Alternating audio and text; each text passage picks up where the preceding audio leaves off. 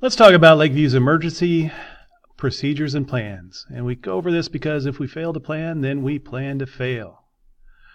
My name is Mr. Wright, and I'm the Team Phoenix science teacher, and I'm going to guide you through all the ways that we have planned in order to keep our students safe at Lakeview Middle School. We believe here that school is and needs to be a safe place so that everyone can learn. And to this end, Lakeview and the Park Hill School District study and plan procedures to keep our students as safe as possible in every situation we can imagine. Now let's review our procedures in hopes that we never really have to use them. The first procedure we'll go through is what to do in the event of an earthquake. Now, earthquakes are not common in Kansas City, although they are possible.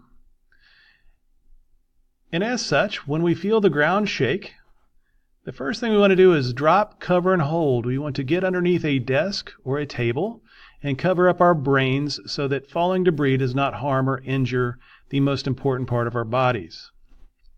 We cover our head, and we're going to wait until the tremors stop. At this point, we will want to wait for further information, which may include evacuating the building. Another more common danger in Kansas City is severe weather in the form of tornadoes. When the alarm is given, which will be an intercom announcement, our students will move to the areas designated for their classrooms as safe areas. These are mostly in the hallways where there are no windows and where the ceiling expanse over the top of us is not very long. Again, falling debris is the most injurious situation in an event of a tornado. Once we're there, we want to, upon instruction, assume the position, put our head between our knees, cover the back of our head with our hands, and await for further instruction. During a tornado drill, we try to do these as quickly as possible, and so the more quiet you are, the more listening you are, the more quicker we get done with the drill. Nobody is comfortable in the tornado position. Two of our newer drills are the hold or lockdown drills.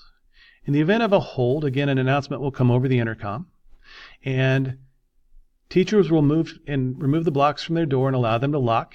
They may cover their windows, and we will continue having class as normal. If during a hold the bell rings, we will stay in the class until we are released by the intercom. Holds are mostly put in place when we just need the hallways to be clear in an emergency situation. An upgraded hold is called a lockdown. In the case of a lockdown, a threat has been received and the school is taking action. During a lockdown, again, we will lock our doors. In this case, we will cover all of our windows, close out all of our lights, shut all of our laptops, and make the room appear to be vacant. We will move out of line of sight of all windows and try to make ourselves as unseen as possible. We will wait for the appropriate authorities or for an intercom announcement to dismiss us from a lockdown situation.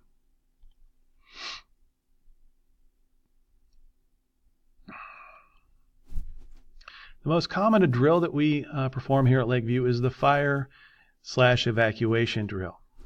This is the only event that has an alarm that will sound. A fire alarm can be triggered either manually or by our fire detectors and fire sensors. When the alarm sounds, we will, and students are inside their classrooms, they will leave the classroom just like you've done your entire school career. We will exit out the nearest building exit. And on Team Phoenix, we will make our way to the back blacktop where the basketball goals are, and you will line up with your teacher, where we will take roll and account for everyone in the building. Now, sometimes at Lakeview, you are not really in a classroom. The bell hasn't rung and you are not in a classroom situation. These times might include passing time, times before or after the school bells, times when you're in the lunchroom or in an assembly.